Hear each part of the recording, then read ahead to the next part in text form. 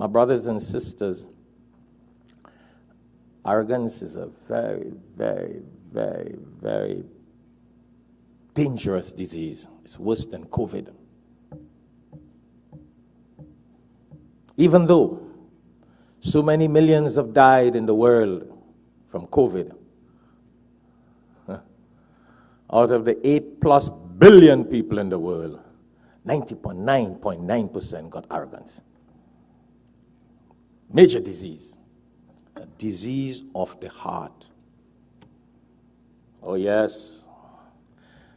That's why may Allah guide us and save us from it.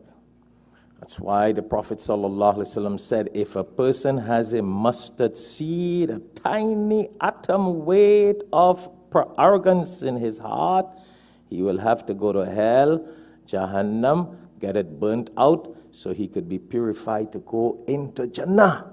Because Allah does not want anybody in Jannah with arrogance. Very authentic hadith. Very authentic hadith. Very authentic.